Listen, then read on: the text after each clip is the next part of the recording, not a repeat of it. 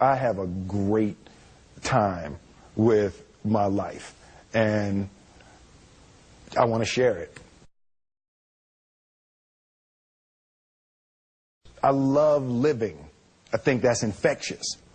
It's something that you can't fake. Greatness is not this wonderful, esoteric, elusive, God-like feature that only the special among us will ever taste. You know, it's something that truly exists in all of us. It's very simple.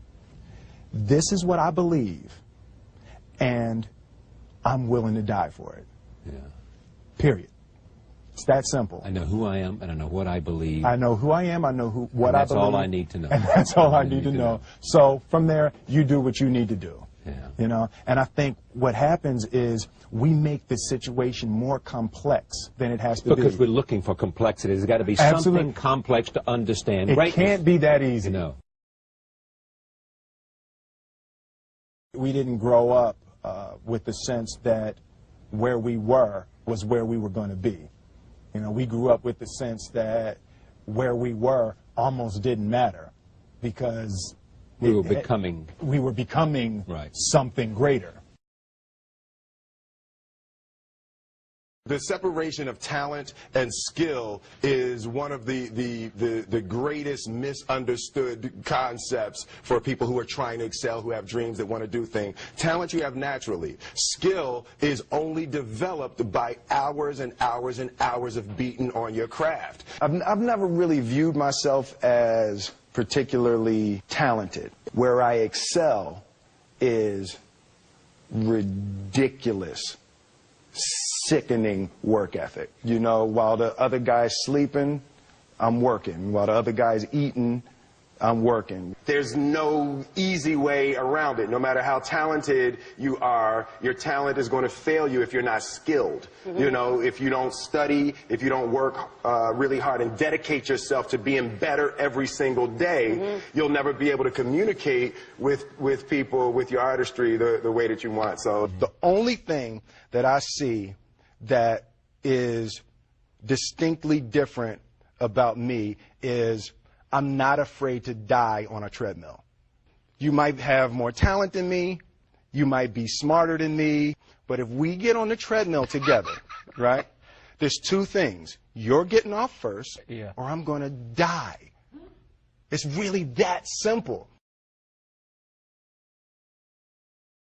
One summer, his dad tore down a brick wall on the front of his business and told 12-year-old Will and his 9-year-old brother to rebuild it, a job they said was impossible.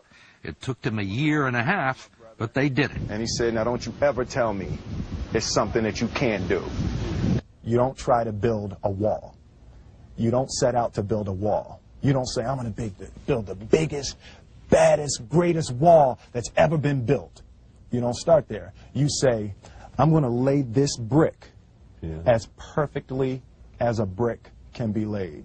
And you do that every single day. And soon you have a wall. And soon you have a wall. You know, it's an idea that my grandmother always had, that, you know, if you're going to be here, then there's a necessity to make a difference.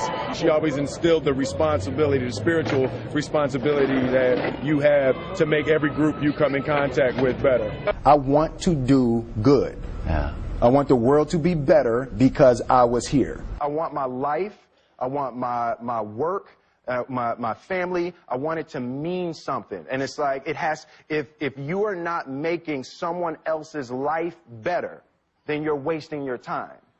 You know, like your life will become better by making other lives better.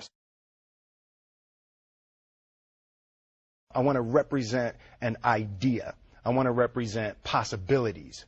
I want to represent the idea that you really can make what you want. One of my favorite books is The Alchemist, Paulo Coelho. And that's just, I just believe that. I believe that I can create whatever I want to create.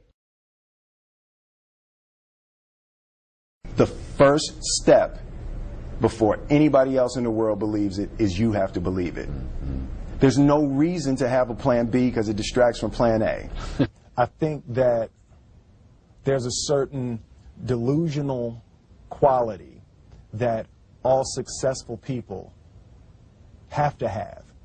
You have to believe that something different than what has happened for the last 50 million years of history. You have to believe that something different can happen. Confucius said, he who says he can and he who says he can't are both usually right. Being realistic is the most commonly traveled road to mediocrity. Why would you be realistic? What's the point of being realistic? Just put up a barrier. Yeah, I'm going to do it. It's done. It's already done. The second I decide it's done, it's already done. Now we just got to wait for y'all to see. It's unrealistic to walk in a room and flip a switch and lights come on. That's unrealistic.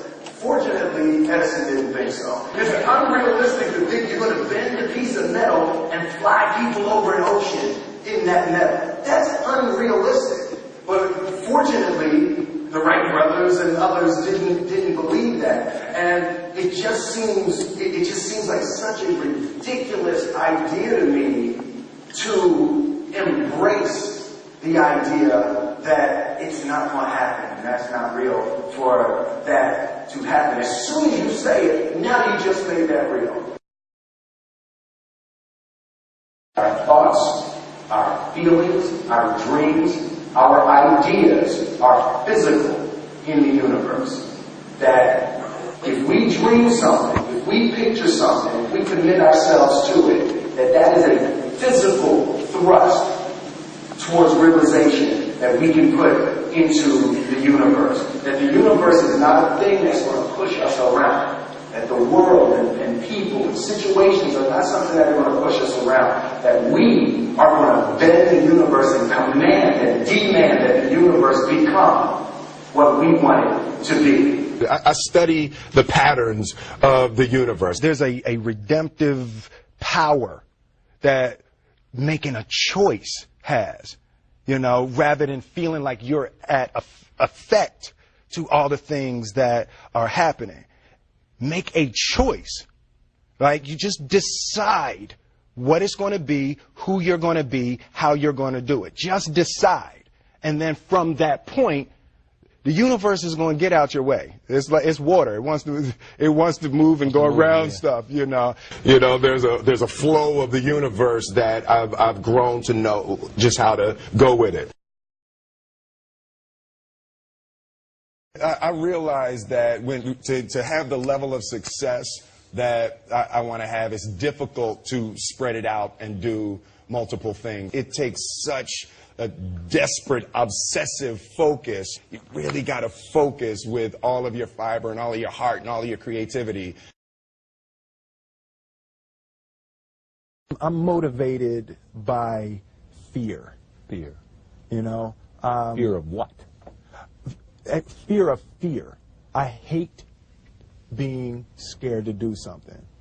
And I think what developed in my early days was the attitude that I started attacking things that I was scared of. It was Franklin Roosevelt said the only fear you have to fear is fear itself. Absolutely. Remember that? Absolutely. Yeah. You can't be scared to die for the truth. The truth is the only thing that's ever going to be constant.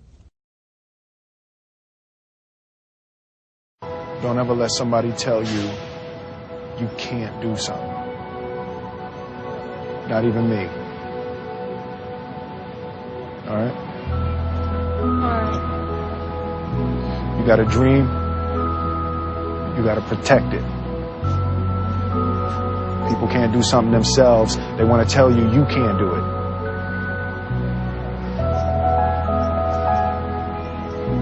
You want something, go get it. Period.